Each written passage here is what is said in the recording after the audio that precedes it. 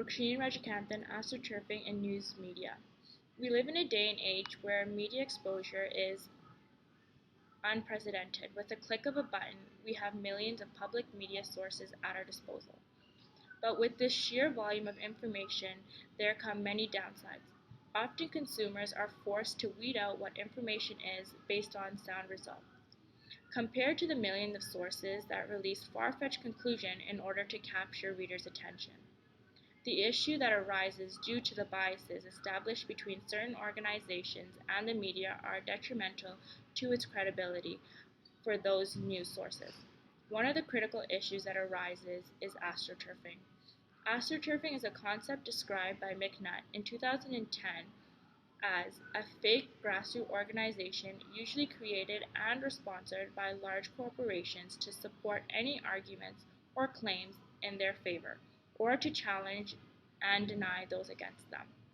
In layman's term, astroturfing is an organization's use of media in order to spin any type of coverage of their organization in a positive light, and highlighting the negative of any opponent's organization.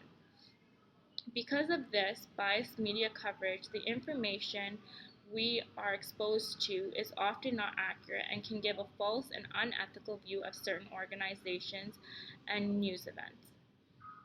Is the public even aware of media biases?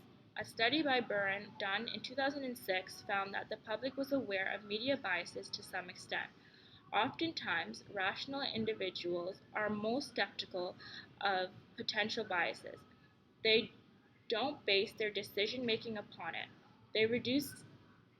This reduces demand for these biased news organizations, who in turn need to reduce their prices depending on how much bias they tolerate.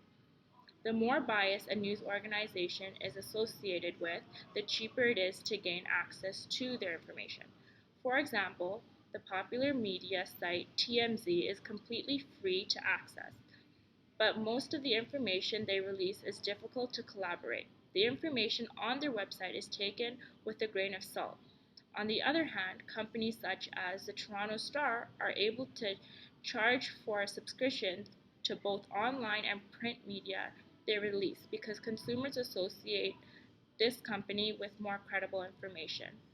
At the end of the day, regardless of what information you are presented with and no matter who is providing it to you, it's important to make a decision about who the information is coming from and what purpose they have for exposing you to this information.